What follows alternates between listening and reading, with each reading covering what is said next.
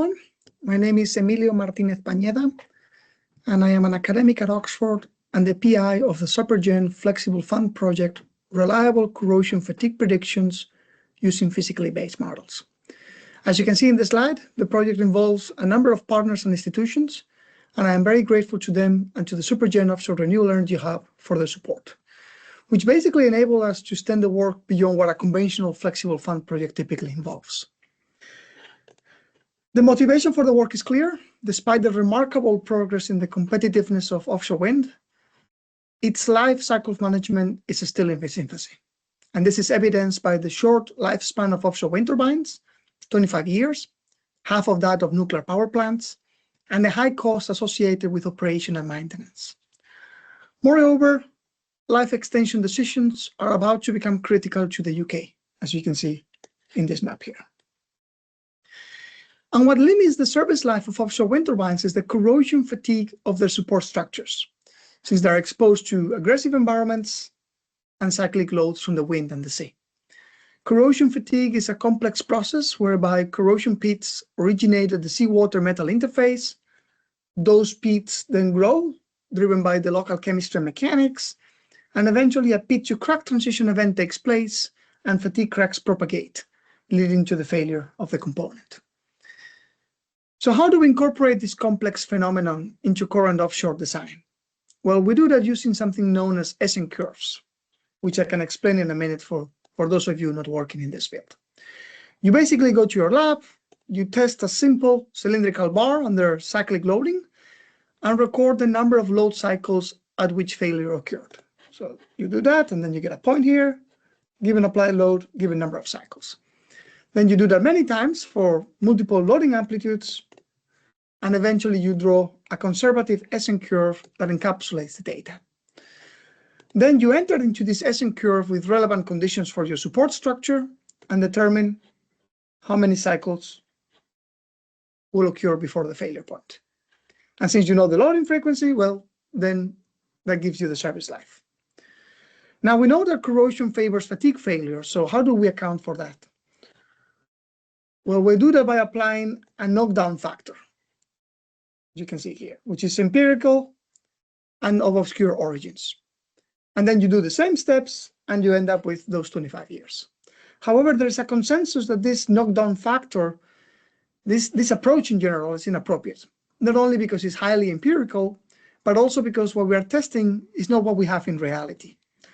Among others, this test assumes homogeneous 1D conditions, but corrosion is highly localized. Also, corrosion is a time and history-dependent phenomenon, but there is no time in here, and the history dependence means that we cannot use the superposition assumptions that are currently being used. But predicting corrosion fatigue is a complex problem, not yet solved in academic circles. So of course the industry had to move forward with something. They just couldn't wait for us to crack this problem. However, recent years have seen the development of a new class of models that can tackle the challenges holding back the prediction of corrosion fatigue, including the ability to predict the evolution of this complex interface, the corrosion front, and the strongly coupled nature of this problem. I said before that the shape of these pits depends on the local chemistry and mechanics, but the local chemistry and mechanics themselves depend on the shape of those pits. So everything is strongly coupled, and you need to basically simulate everything, as it happens in reality, if you want to be predictive. But there's a new class of models that can handle this. They are known as phase field models or multi-physics phase field models, and they enable tracking the evolution of interfaces, such as the evolution of corrosion pits or fatigue cracks, while at the same time, they allow you to explicitly or directly incorporate all the electrochemomechanical phenomena that are taking place. In this way, you can predict corrosion fatigue from mesoscale first principles, so to say, without any strong assumptions or empirical or fitting parameters. You can see some examples in the slide where the corrosion front and fatigue cracks evolve, while the mechanics and the electrochemistry are being accounted for.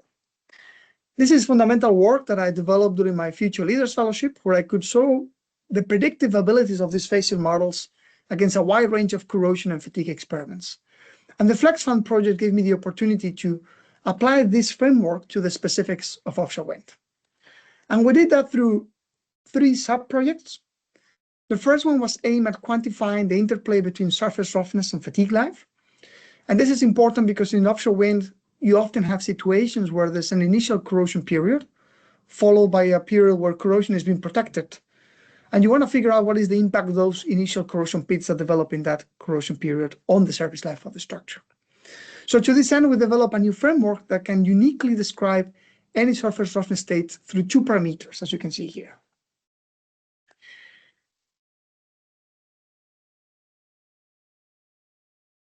And what we did is to combine this with those phase field models for fatigue cracking that I mentioned before. You can see in red here the colors, and red color means the cracks that are propagating through those defects. And we show that the model agrees very well with experiments, and we use it also to map the relationship between the fatigue life and the surface roughness. And it's worth noting that there have been some fatigue experiments on samples in seawater, and those agreed very well within our map. The second project aimed at doing virtual experimental campaigns, similar to those lab ones that have driven our community forward, like SLIC. And we could show that not only the model delivered a good agreement with experiments, but also that it could be used to consider other well profiles that had not been addressed experimentally, as you can see here. And the last sub-project is a very interesting one, as we developed the first model for microbiologically induced corrosion, where we extended our electrochemical description to include the reactions associated with bacteria-rich environments. And this is the main phenomenon triggering pitting in offshore wind turbine monopiles.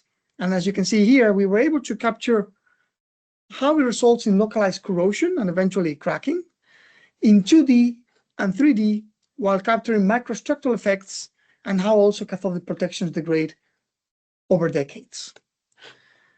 That is all. I will just finish by saying that there's an opportunity and a need to build upon the latest scientific tools to bring down cost in operation and maintenance, as well as in foundation design, and also to enable physically based life extension predictions.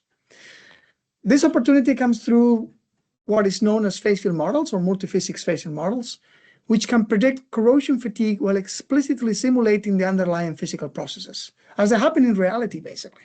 So in that way, you can remove strong assumptions and fitting coefficients. In this FlexFund project, we were able to demonstrate the potential of these methods in 3 areas. One is quantifying the impact on service life of surface roughness, such as that resulting from pitting corrosion. 2 is conducting virtual experimental campaigns, bringing to the sector the virtual testing paradigm that has been so successful in other sectors such as automotive and aeronautics. And 3 is predicting localized corrosion processes, even if they're as complex as microbiologic-induced corrosion. And I look forward to the future as this approach enables wider collaborations, for example, with the fluid mechanics community.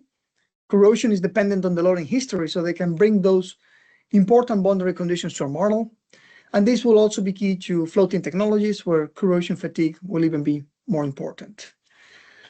That's all. Thank you very much for your attention. And again, I will emphasize that all the codes that we develop and that show the simulations that I showed you before are openly shared and you can download from our website. Thank you very much.